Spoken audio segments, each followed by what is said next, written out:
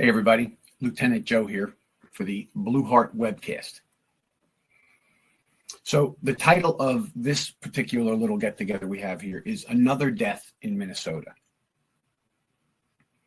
Now, for my law enforcement brothers and sisters, I think there's an understanding of what it's like to be out there, out on the road, trying to do your job when people cooperate and when they don't cooperate, and that can cause a lot of problems.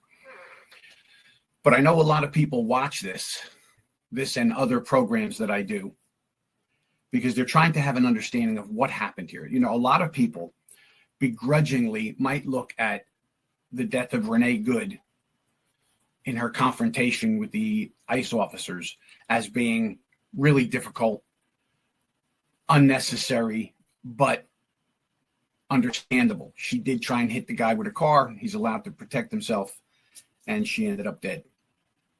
This one, Mr. Pretti, is having a little more difficulty, I think, for everybody, law enforcement included, because we all know how much we train to employ force in the appropriate amounts.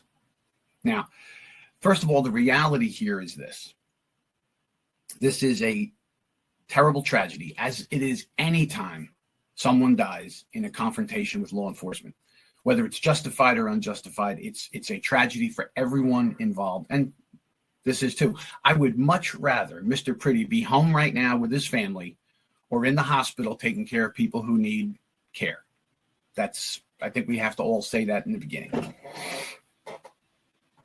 But I think there's a lot being said out there and being done out there. Emotions are extremely high. And we can't truly comprehend the situation. We can't truly understand it and put it into perspective so that we can make a judgment on what happened here, justified or unjustified. That's what it comes down to. But the reality is that those two things are not as simple as black and white answers. There's a whole panoply of things that we have to take into account. Now, I know a lot of you don't want to do that. And I think the reality is that many people, including many of the people who've written to me and texted me and reached out, are just so emotionally angry right now that they're not thinking clearly, they're not seeing clearly, they are just emotionally reacting. And that's normal. That's a normal thing for people to do. But that is not how our justice system works. So I got an email from one woman who listens to this show. She's not law enforcement, and a couple of the other shows that I do. And she has written to me several times. She's obviously very liberal, very far to the left, very progressive. And we made some progress in our conversations, back and forth. But she just wrote to me recently and she said, okay, I can't wait to hear what Lieutenant Joe has to say about this murder and how you're going to justify it as comply or die, which seems to be another left-wing tag that they're throwing out there now, comply or die. And I'm not mad at this woman. I understand. But the reality is our justice system does not work when we just allow emotion to run wild. Words mean things. We're hearing a lot of people who are conflating a bunch of things. And Mr. Pretti is simply the vehicle which to express those things. I think, honestly, they are angry. They feel a sense of injustice. They feel a sense of anger. But I don't think it's just at this particular situation, because these same people, in reality, come on, were they just as upset over Lake and Riley getting killed? No, they didn't say a word. They're upset with this because it is connected to something else in their life.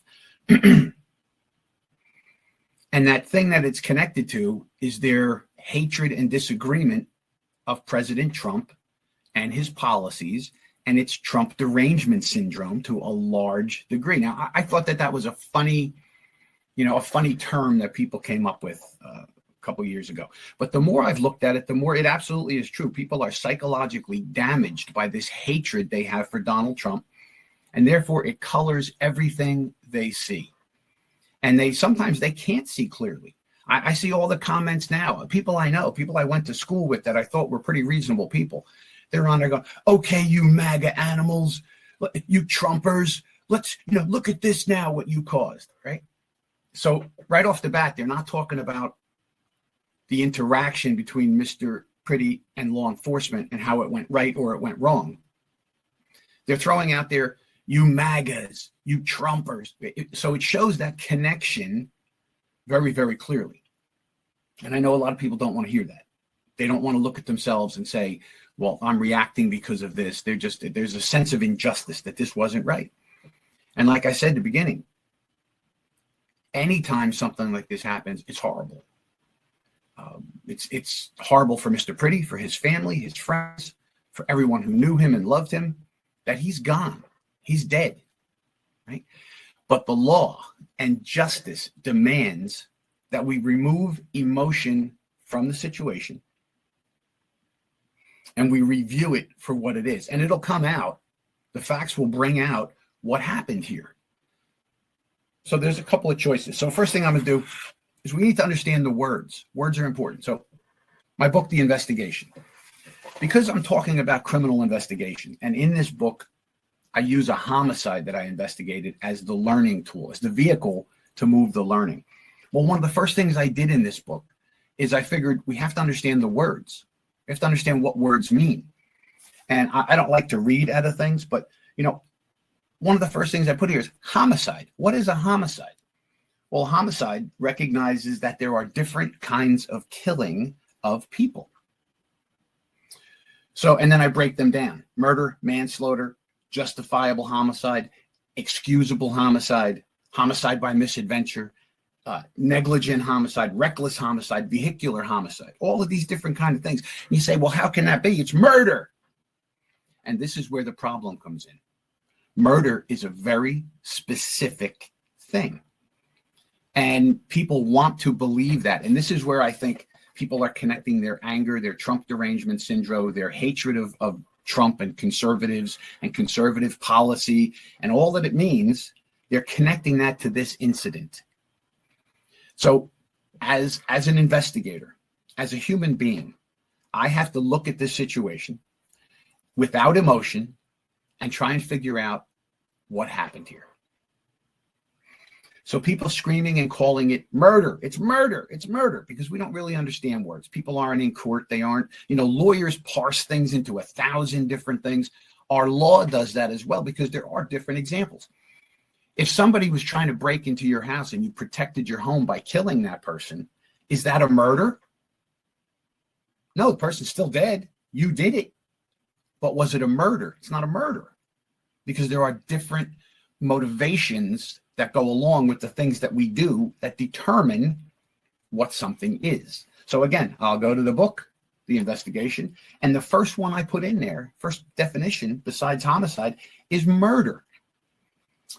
And here's the definition. Murder is the deliberate taking of another person's life with malice aforethought. That is done purposely, with planning beforehand and with the intent to kill.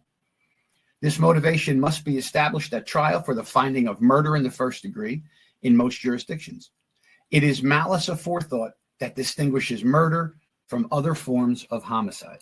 So there are many different levels of homicide, of taking a person's life, right? And we kind of went over that. So when I look at this as a law enforcement officer, I don't like how it looked. I'm going to be absolutely honest with you.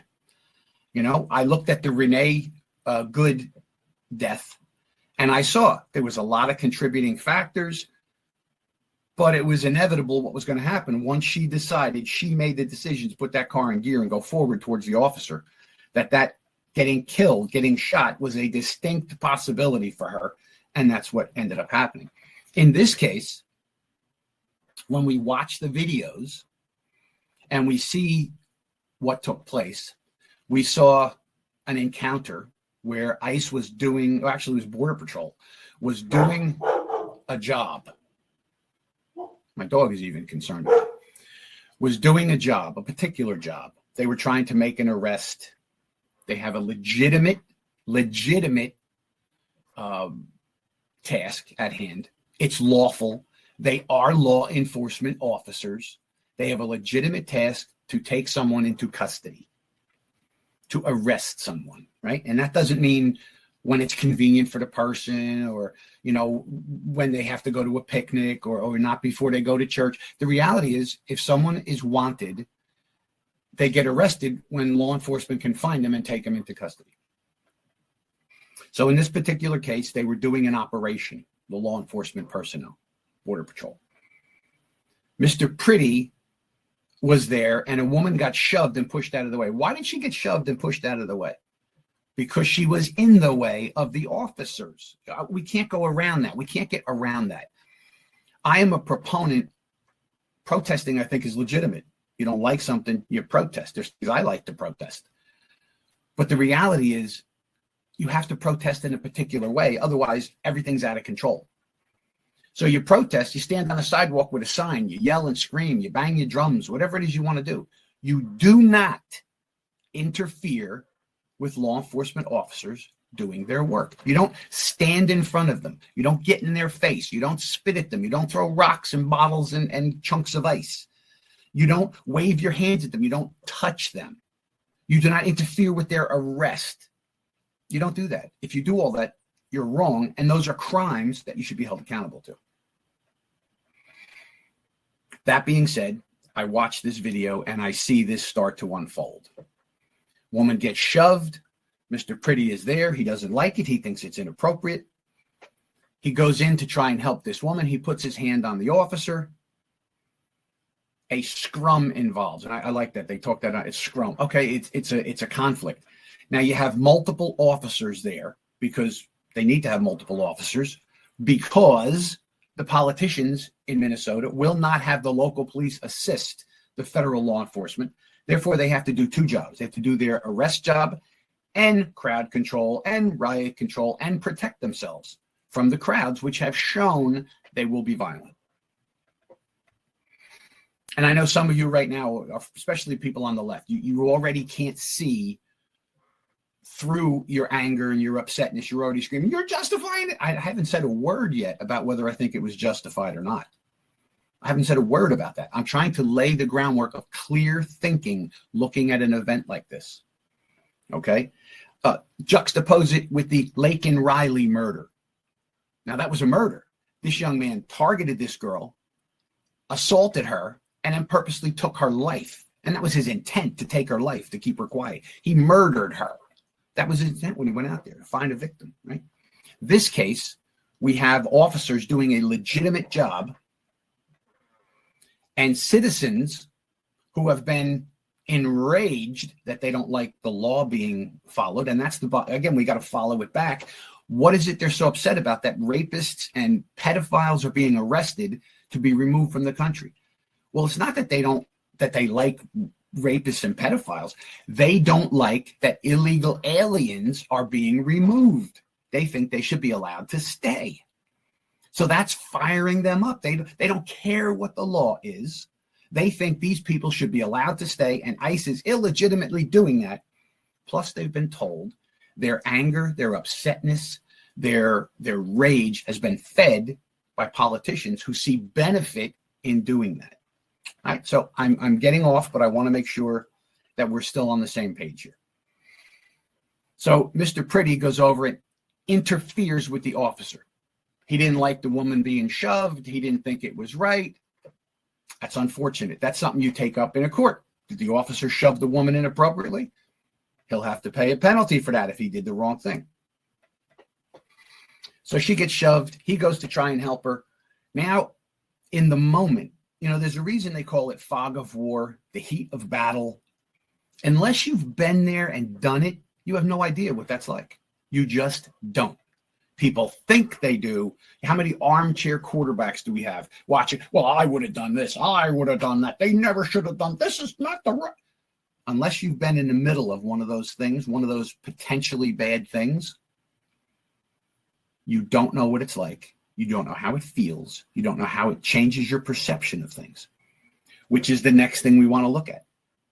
The courts, the Supreme Court, all after the Supreme Court of the United States, has looked at interactions between law enforcement officers and citizens when there's been an injury or a death. And one of the things that the courts recognized, 9-0, even the liberals on the court had to recognize the reality of this, is that you have to take into consideration the totality of the circumstances. Now, for my friends on the left right now, I know your heads are blowing up because you just see murder. And Lieutenant Joe's trying to justify it. I'm not justifying anything. I'm helping walk you through this so you can think clearly to come to an understanding of whether it was justified or not justified, whether it was murder, whether it was manslaughter, whether it was unintentional, whether it was intentional. See, there's all these different layers we have to figure out before we can make a judgment on what happened here. So I'm trying to give you the... So Mr. Pretti goes over to interfere because he didn't like this woman got pushed. He doesn't like that ICE is out there doing their job anyway. And now you have this scrum that takes place. And people are wrestling around. Now, did he simply say, okay, I should have done it, but I didn't do it. But you know what? Let me just lay on the ground, put my hands behind my back, and get handcuffed. And again, heads are exploding. He shouldn't have to do that. No, he does. That's what we all have to do when law enforcement tries to take us into custody. We submit to the arrest, whether we like it or not, believe it or not believe it. That's what you're supposed to do. He should have submitted to the arrest. He should have told the officers, I'm armed. I'm a legal permit carrier. No problem with that. You're a legal permit carrier. I carry a gun everywhere I go. I'm a legal permit carrier, right? Many people are. So he should have submitted immediately. He shouldn't have interfered with what they were doing. Once he was handcuffed, he could say, listen, I'm armed. I'm a permit carrier. My gun is on my hip. They would have removed the gun and taken him into custody. That's a reality. That's a truth. You cannot like that truth. You can, he had no right to interfere and do the things that he did. Does that mean he should have gotten killed? No, it does not. It does not mean that at all. But we have to look at what the court said, the totality of the circumstances. That means everything that went on and the officer's mindset. Now, we already talked about the difference between the different types of homicides. Murder is specifically going, I'm going to kill this man because I don't like him. I don't care for him. I don't like his hat. I don't like what he stands for. That's murder, right? Is that what happened here? So we have to look at this. So the totality of the circumstances. Have the officers that are involved, Border Patrol, ICE, have they been able to do their job all over Minnesota where they have a legitimate reason to do their work and legitimate authority to conduct raids and arrests and everything else? That's all legitimate. You might not like it, but it's all legitimate. So this confrontation takes place. And in the course of that, they're wrestling on the ground. Now that, like I said, unless you've been involved in one of those things, you have to really say to yourself, I can imagine, I think I know what it might be like, but you don't. The totality of the circumstances, these officers have been interfered with all over the city. They've been assaulted. They have been, people tried to hit them with cars. A guy, one of the ICE agents had his finger bitten off the other day. They're getting rocks and bottles and things thrown at them day and night. This, you can say, well, they shouldn't be there. It wouldn't happen. But that's not legitimate. Legitimate is they're there to do a law enforcement task, a job. That's legitimate and legal. And they have a right to do it. And people are not just protesting. They're not waving signs. We hate ICE. Get out of ICE. ICE, get out of here. Leave our friends alone. That's legitimate. They are getting in the road, getting in the way, trying to pull the officers off, trying to let people out of cars, hitting people with cars. All of this has been going on for weeks. Now, these officers are living with this every single day. Well, they should be better than that. They should be trained. They're human beings, right? And they are trained. But you know what? There's a thing that things build up and you start to anticipate. The last 3 times we went to make an arrest, the crowd came out and did this. So therefore, you're preparing that might happen again. So what am I going to do this time? You learn from each one of these encounters, don't we? Law enforcement, guys and girls, don't we learn from these encounters that what might happen next, we have to be prepared for? So let's go back now. We have the totality of the circumstances. It's chaotic. People are very forward. They're interfering illegally. They're coming after the officers. There's a history of officers who've been injured, almost hit by cars, all kinds of things. Now they have this guy who interferes with what they're doing, whether he liked it or not. The woman getting pushed, she shouldn't have been in their face, and she wouldn't have got pushed. She was on the sidewalk, she wouldn't have got pushed. And we can't discount that. Well, if the guy didn't rob the store, he wouldn't have got shot. Well, that's true. If he didn't go in there to rob the store and the cops showed up and shot him, he wouldn't have got shot. There are realities that our emotions prevent us from seeing truth. All right. And again, I'm not justifying or unjustifying what happened here, laying out the facts, how to think about it. So Mr. Pretti involves himself in this situation. He gets shoved back. Then the officer decides, I'm going to pepper spray him. What's the purpose of the pepper spray? The purpose of the pepper spray is to cause pain and uncomfort so that the person backs away. That's what it's there for. That's called less than lethal tools that officers have. All right, so officers don't immediately go to deadly force. There's a continuum. And the continuum raises the level of force based on what? The officer not liking the person? No. The level of the use of force on the continuum goes up depending on what the people the officers are interacting with, what they do. Put your hands behind your back, and they do it. That's it, verbal. You handcuff them, you take them away. You're under arrest, put your hands behind your back, and they start to pull away. You put hands on them. All these people screaming, don't touch me. You have no right to touch me. Yes, they do. They have every right to put hands on you if you're not following a legal order. Whether you like it or not, that's the law. You decide to pull away, and now the officers have a couple of options. If they're going to arrest you, right? If they're going to arrest you, they can pepper spray you to incapacitate you so you can't see and you can't fight, and they can get control of you. The officers are allowed to use a baton if you're fighting back. The officers don't have to lose the confrontation, right? So they're allowed to use a baton if they have it, to do a couple of different kinds of hits that tell you, I better stop fighting. This isn't good. That's the idea, to get them under control. If a weapon is produced, the officer doesn't have to get shot or stabbed. The officer can then go to the highest level on the use of force continuum and use deadly force to protect themselves or someone else. Now, this is where calm, rational thinking is important here, because we have to put together all of these factors unique to this confrontation, as well as court rules and everything else that we go by, to make a determination what happened here. Was it justified, unjustified? Was it somewhere in the middle? Were mistakes made? Absolutely legitimate reality. Right? Officers make mistakes. They see things and react to things that they see, and sometimes they're right, sometimes they're wrong. So when we look at this situation, let's go back to our scrum now. You have an individual who interfered with the officers. No matter how righteous you think he was, he shouldn't have done it. Now they're wrestling around, and somebody sees a gun on this guy. Somebody sees a gun. Now, it's pretty clear one of the officers went over and took the gun out of the guy's holster or out of his waistband, saw the gun and removed it. But they still shot him. They murdered him. Time out. This is where your lack of experience of being involved in these things, in the fog of war, and that's what this is, this conflict, this is combat that's going on.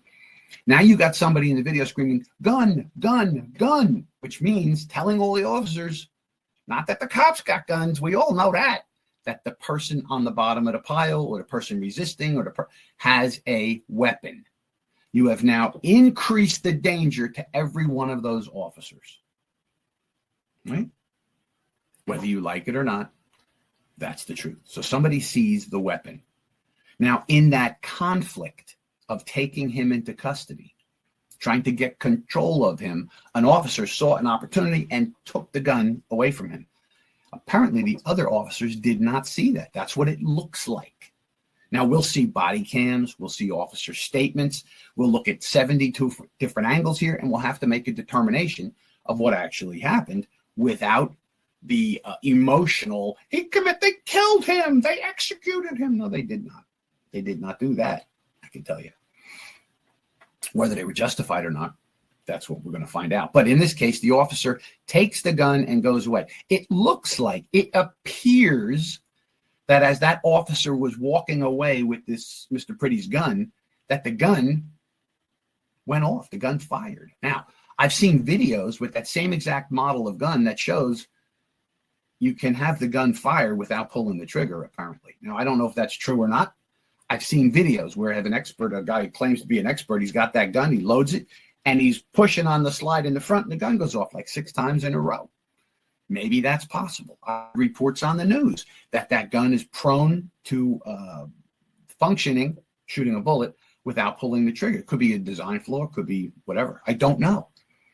See, we don't know, but it appears that as that officer walks away with that gun, looks like the gun goes off. Now, the officers in the scrum that are in this pile with a resisting man who interfered with their actions, whether you think he was justified to interfere or not, he pushed a woman.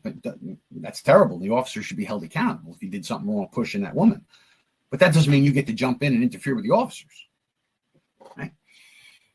Now, they're in this pile. You hear gun, gun, gun. Somebody saw the gun, and that's what we're trained to do, scream out gun so everybody knows there's a gun. Another officer gets a hold of that gun, and it looks like it goes off. Now, from my experience there, unless I saw that gun go off over there where that officer is, or if I'm looking here where the fight's going on, which I'm probably looking at the guy I'm fighting with, not over there, and a gun goes off, I don't know that that guy didn't get a hold of that gun and he's shooting at me and the officers. Now, you might not like that because he didn't have the gun. He didn't have the gun. I know he didn't have the gun. I agree. I saw the gun leave the scene. But the reality is, remember, the totality of the circumstances. Sometimes this is uncomfortable. But the totality of the circumstances is that did the officers perceive gun, gun, gun? There's a gun on the scene. Then a gun goes off. They're fighting with a guy that had a gun, that's interfering, that's resisting. Did the officers at that moment perceive that they were in danger? And did that officer, who appears that when you hear gun, gun, gun, he draws his weapon because his partners are screaming, somebody's got a gun, somebody better get ready, right? He draws his gun and now he sees the guy moving. Did he think, hearing the gunshot, hearing gun, gun, gun, in a fight with a resisting individual, think that that person had the weapon and just fired it? And therefore, to protect himself and the other officers, did he fire his gun and hit Mr. Pretty, ultimately, who died?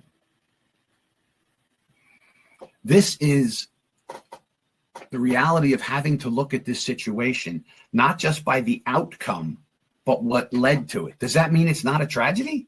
Of course it's a tragedy. It's horrible. A man lost his life, right? He was just out there protesting. He was out there just interfering. He was just out there getting in the way, and he ended up dead. That's terrible for him and his family. For us, for all of us as Americans, it's terrible to watch this going on. But that's how we have to look at this. So by our own definitions, to say that it was murder, for you people out there saying murder is throwing that word on a law enforcement confrontation is like throwing gasoline on a fire, right? Because murder is very specific. That would mean that those officers saw Mr. Pretty and said, oh, let's kill this guy. We don't like what he stands for. We don't like that he's protesting. We don't like that he's trying to stop us from doing our job. Let's kill him. That would be murder. That would be murder. Is that what happened here? Is that what you really think happened here? That those officers are out there doing that? Remember, totality of the circumstances. They're legitimately in Minnesota. They are conducting a legitimate law enforcement operation. They were interfered with illegally. Mr. Pretti resisted illegally. And I'm not even getting to the fact that he's a permit holder, gun holder, and he's supposed to have ID until the cops said, I'm not even going to get into that. It happened too quick for that. So reality, these things happen very fast. And the courts recognize that as well. Officers have to make split-second decisions based on their perception of what's going on, not your perception of watching a video or being angry with Trump or thinking I shouldn't be there or anything else that's going on. The courts recognize that in that moment, the officers are legitimate. They're doing a legitimate job. The situation got out of hand, and the officers reacted based on what they perceived at the moment. Now we have to stitch that all together. Now, based on the officer's statement, other statements people say, we'll find out. Was it a murder? Did they go there and say, let's kill that guy? I don't like that guy. I don't like that he's protesting. Let's kill him. If they do that and they can find that, there's statements to that effect, that's murder. Then you charge murder and you go to trial. What's less than that, though? Like I told you in the book, get the book, the investigation, learn when you're trying to figure out these things. Next down is manslaughter. Manslaughter is the unlawful taking of another human being under circumstances other than murder without express or implied malice. This includes reckless actions that cause the death, such as like when you punch somebody in a bar fight. You're fighting. You the guy's a jerk. You're a jerk. You're fighting. You're arguing, and he falls down, busts his dome, and dies. The guy's dead. It's a homicide. But is it murder? Did you intend to kill him? No, you want to punch him in the face, get him away from you, and he hit his head and died. That's manslaughter. There was no intent to kill him, but he ended up dead anyway. Now the court looks at all of those factors. It doesn't say murder. It wasn't a murder. He didn't go there intending to kill the guy. It happened in the confrontation. So is that what happened here? Is this a confrontation that went bad? And the officers acted recklessly? Right? They acted recklessly that caused the death. An unlawful killing. See, so this is where all of these terms and case law makes a difference. So unlawfully killing him. So first of all, we have to go back now to what was the officer's perception, what led up to this, the scrum, the gun, the gunfire. If it turns out that the court looks at this and says, in the totality of the circumstances, the officer thought he was in danger and he took action, firing his service weapon and killing Mr. Pretti, then it's not unlawful. Then it's not unlawful if he acted under the law that exists. Therefore, it wouldn't be manslaughter. Right? Would it be a justifiable homicide? Could be. Somebody breaks into your home, you tell them to get out, your wife and children are in that house, and this person's coming in, they're carrying a baseball bat, and you have a handgun or a shotgun. You tell them, get out of my house, and they keep coming forward, and you shoot them. The totality of the circumstances. What happened here? Guy broke into your house. Well, he just wanted your stuff. Did you see that woman screaming and hollering? Her son robbed the guy, and the guy killed him, and all he wanted to do was rob you, and you murdered him. Ridiculous. We're ridiculous with some of our thoughts. So the burglar breaks into your house. He's got a baseball bat. Maybe he didn't have a baseball bat. Maybe he came in, and when he saw you with the gun, he picked up something in your living room, a little metal statue. He's going to beat you over the head with it. Doesn't matter. If you felt, and a reasonable person felt in danger for me and my family at that moment, and you fire and kill that person, was it murder? It was not murder. Was it manslaughter? Well, if you were justified in doing what you did, it wasn't unlawful. Therefore, it could be a justifiable homicide. A police officer pulls over a car, and the driver hops out with a gun and starts shooting at the officers. They return fire and kill the man. It's not murder. It's not manslaughter. It's a justifiable homicide. Force was used against them. They went right up the continuum to deadly force because that was being sent on them. And it's justifiable. Okay? Get the book. Civilians and Cops. Let's all get on the same page here with things. All right? So now let's go back to Mr. Pretti and the situation. I'm going to wrap this up. I know I've been going a little bit here. Is it terrible and horrible that he is dead? It is. He's a human being. He has family. He has friends. People love him. Obviously, he's a great guy. He's a nurse. Nurses are awesome, right? But we have to look at the facts. Is it a murder? It's not a murder. Is it a manslaughter? Maybe. If the court and everybody else determines based on the facts that a reasonable officer would not have thought they were in danger, and therefore it was reckless what the officer did, then the officer will probably be held account. Manslaughter, some kind of manslaughter, reckless manslaughter. That's a reality. We all know that going into the job when we go there. If we do things wrong purposely, that can be one thing that we did. If we do something wrong negligently, carelessly, that can be another responsibility we have to carry as law enforcement officers. In this case, we're going to find out. We're going to find out by an investigation. Now, I know people don't want to hear that. You see an unarmed man got shot. Well, unarmed men get shot all the time, justifiably. You know, I'm 220 pounds. And if I'm fighting a 390-pound linebacker who's 27 years old and he wants to choke me to death and he don't have a gun and I feel I'm going to die, I can use deadly force to protect myself. He's an unarmed man. But his hands were weapons. His size was a weapon. A car can be a weapon. There's a lot of things out there that put people in danger, and we don't have to get hurt. Anybody, civilian or a law enforcement officer, right? So, Mr. Pretti, let's look at this. The officer may have been wrong. He may have misjudged. He may have overreacted. He may have done 100 things improper, and he'll be held to account if he did that. If the facts show he did something purposely wrong, he'll be held to account. If he did something recklessly, negligently, carelessly, he might be held to account for that. That's how the system is set up, right?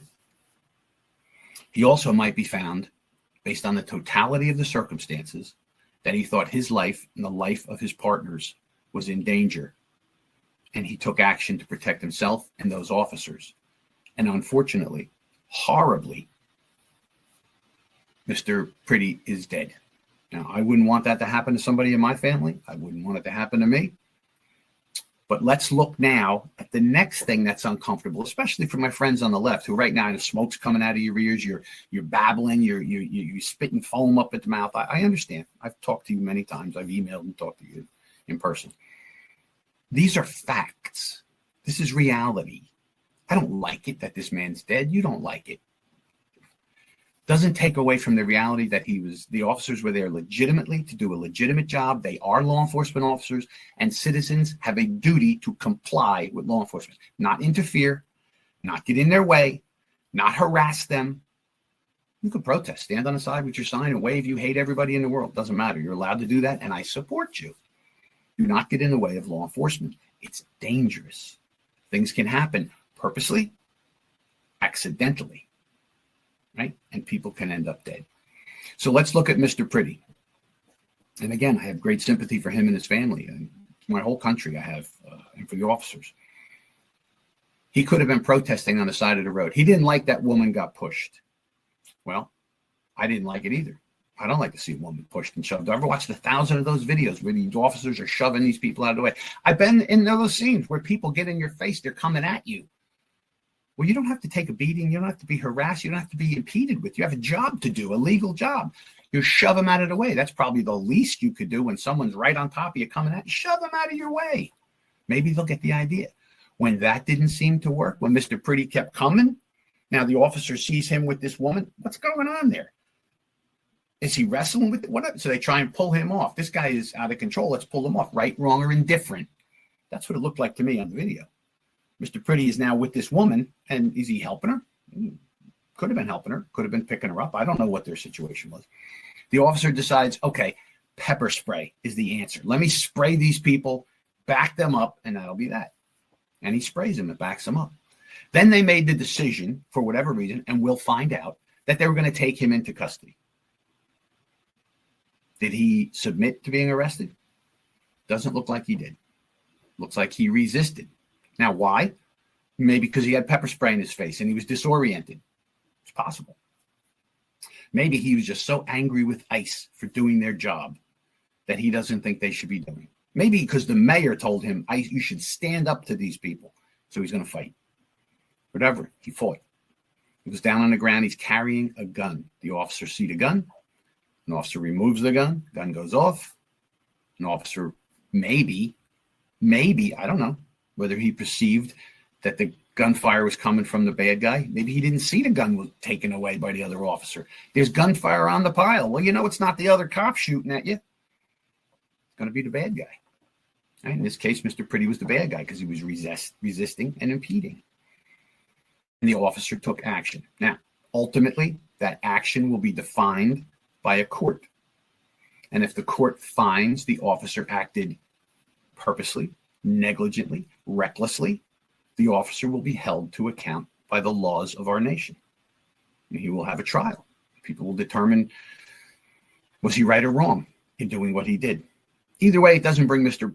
Pretti back. He doesn't come back. And that's the tragedy in this situation. So what's the lessons we can all learn? For all my friends out there in Minnesota and every other city and state where you don't like what's going on. Well, first of all, go to your legislature and tell them, we want an open border. We want everybody to be able to come in and be left alone. That's the first thing you do. Go and protest. Go put your signs up.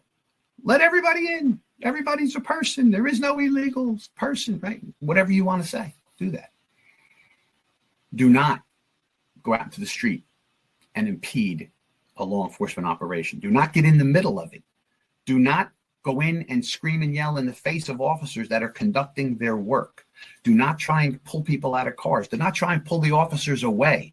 Do not try and stop the officers from making an arrest. These are the lessons we learn. Protesting is legitimate, and I support your right to protest.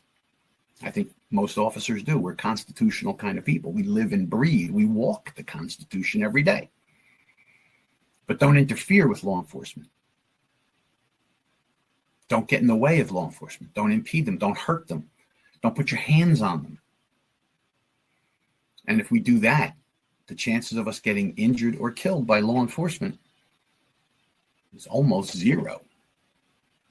Right? So that's what I want to talk about. So for all those people out there who wrote to me, emailed to me, talked to me, and said, we're just going to see Lieutenant Joe's just going to say, comply or die.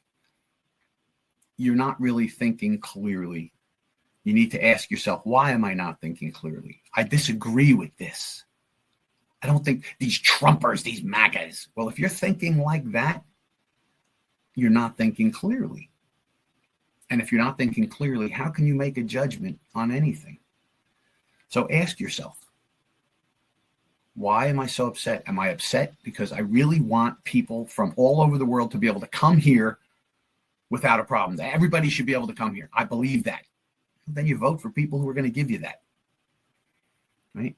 I don't think ICE should be out there. Well, your local police are out there and you'll get arrested if you do something illegal and they see it, whether you like it or not. This is how our system works.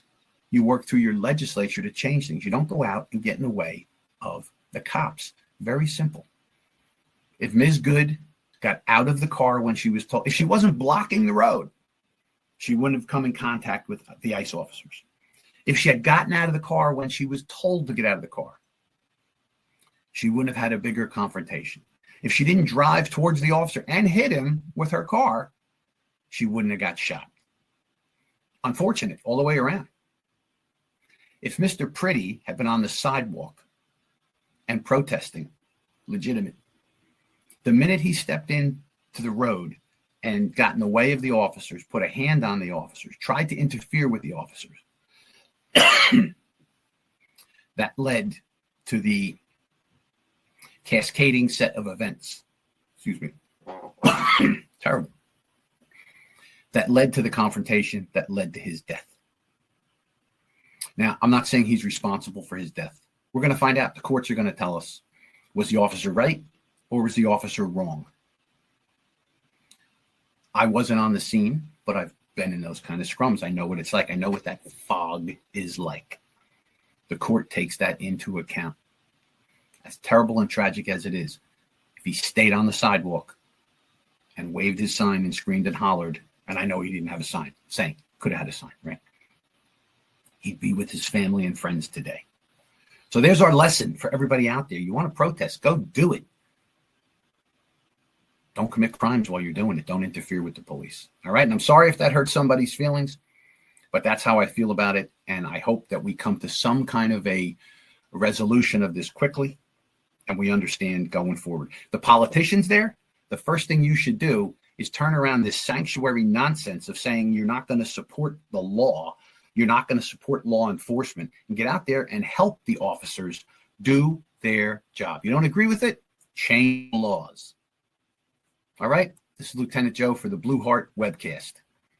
I appreciate you being out there, and be safe, my brothers and sisters.